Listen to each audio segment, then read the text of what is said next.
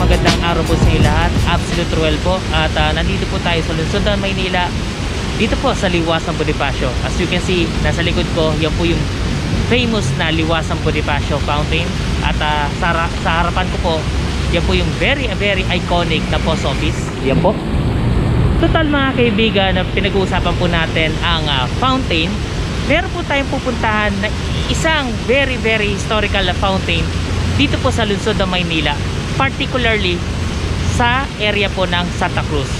Sobrang hitik din sa history itong fountain na pupuntahan natin mga kaibigan.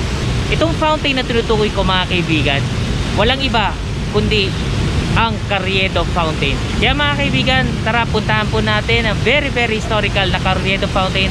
At saan nga ba ito nag-umpisa? Tara mga kaibigan, samahan nyo ako.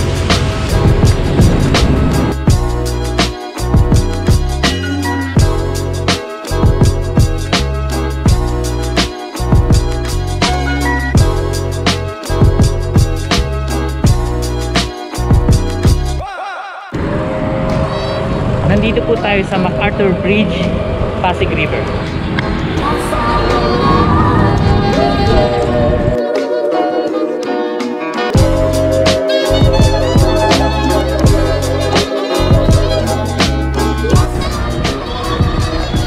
Mga kaibigan, pag ba sinabing Carriedo, anong unang pumapasok sa isipan nyo? Dito kasi sa Santa Cruz mga kaibigan, pag sinabing Carriedo, ang unang papasok ko is yan po yung LRT1 station na Carriedo. At dito rin po sa area ng Carriedo, particularly dito po sa Santa Cruz area, dito po nag-umpisa ang mga unang kilalang mga mall. Ito po yung Plaza Fair, Fairmart, and number 1, yung pinaka sikat na mall. Hanggang ngayon, meron po tayo. Ito po yung SM mga kaibigan, nag-start dito po sa Carriedo. Mga kaibigan, para po sa ating episode about sa Carriedo Fountain, as you can see, yan po ang ating Ilog Pasig. Yan po, napakahabang Ilog Pasig po yan. At noong panahon po ng pre-colonial period po, noong panahon po ng Kastila, itong Ilog Pasig is ito po yung number 1 pinagkukunan ng inumin. At the same time, dito rin po naglalaba, naliligo. At may mga records din mga kaibigan na nung panahon po ng Kastila is nagkaroon po siya ng epidemya regarding po sa maruming tubig po. At naisip po ni Don Francisco Carriedo y Peredo na magkaroon ng proper water system dito po sa lungsod ng Maynila. Kaya mga kaibigan, tara puntahan na po natin ang tinutukoy pong Carriedo Fountain dito po sa may Santa Cruz. Tara. Okay mga kaibigan, nandito na tayo sa Santa Cruz Church. As you can see, yan po, yan yung dating Plaza Fair. Yan, sikat na mall ho yan. Fairmart, then yung SM Carriedo, nandito pa rin ho mga kaibigan. Pero yung lumang SM Shoemark, nandun ho yun. Nandun po, papasok ho yan. At nandito tayo, isa rin yung very iconic na building. Kasi sa kabilang side nito mga kaibigan, Escolta Street na. So ito yung pinaka sikat na pasyalan nung panahon ng I think Kastila, panahon ng Kastila and panahon po ng Amerikano. Yan po, Escolta Street. At ito po yung very iconic na building. Ito po yung Don Roman, kung hindi po ako nagkakamali, Don Roman R. Santos Building. Yan po.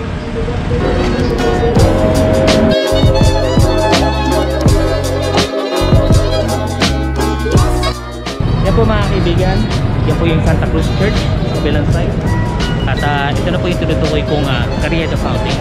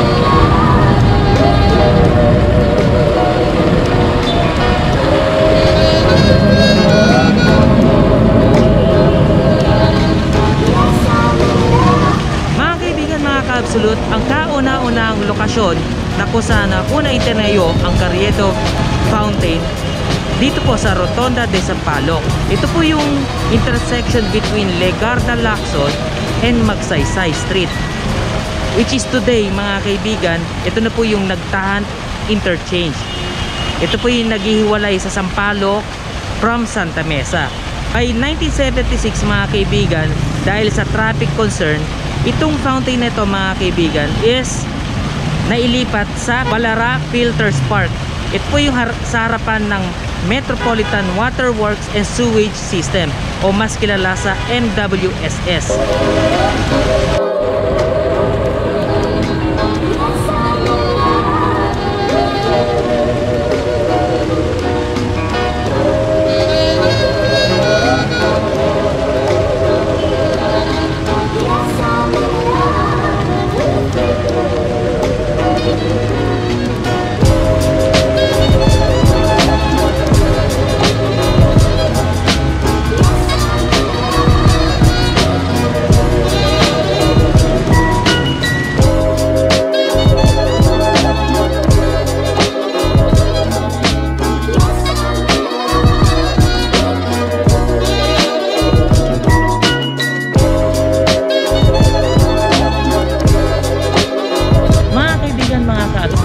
Maraming salamat at sinamahan niyo po ako sa ating quick tour and a little bit of history about sa Carriedo Fountain. Binigyan po ng paggalang at pagkilala ng lungsod ng Maynila si Don Francisco Carriedo y Peredo. Alam niyo mga kaibigan, yung ginawa po ni Don Francisco Carriedo is talagang inisip niya po yung kapakanan ng nakakarami. Dahil nga po sa kagaya nga po na nabanggit ko sa inyo earlier, nung pre-colonial era o yung panahon po ng Kastila is itong Pasig River, isa nga po sa pinagkukunan ng inumin at dyan po sila umiinom, naliligo, naglalaba at inisip po ni Don Francisco Carriedo na magkaroon po ng water system dito po sa lungsod ng Maynila. At sa kasamaan palad mga kaibigan is maaga lang po siya namatay at hindi niya po nakita yung naging yung plano niya. Pero mga kaibigan, sa brighter side mga kaibigan is nung 1882 is natuloy naman po yung gusto niya pong mangyari. Yun nga lang, after 100 years, isang century din po ang nakalipas bago po nangyari po yung gusto niyo pong mangyari, na magkaroon po ng water system dito sa lungsod ng Maynila. Kung nagustuhan niyo po ang ating episode mga kaibigan, mga kabsud, please like, share, and comment down below po. And sa mga hindi pa po nakakapag-subscribe, please click nyo lang po yung subscribe button below and hit that notification bell para ma-notify po kayo sa mga susunod ko mga travel vlogs, history vlogs, and Manila updates. Hanggang sa muli mga kababayan, always wear mask, stay safe, and God bless. Maraming po salamat, lungsod ng Maynila.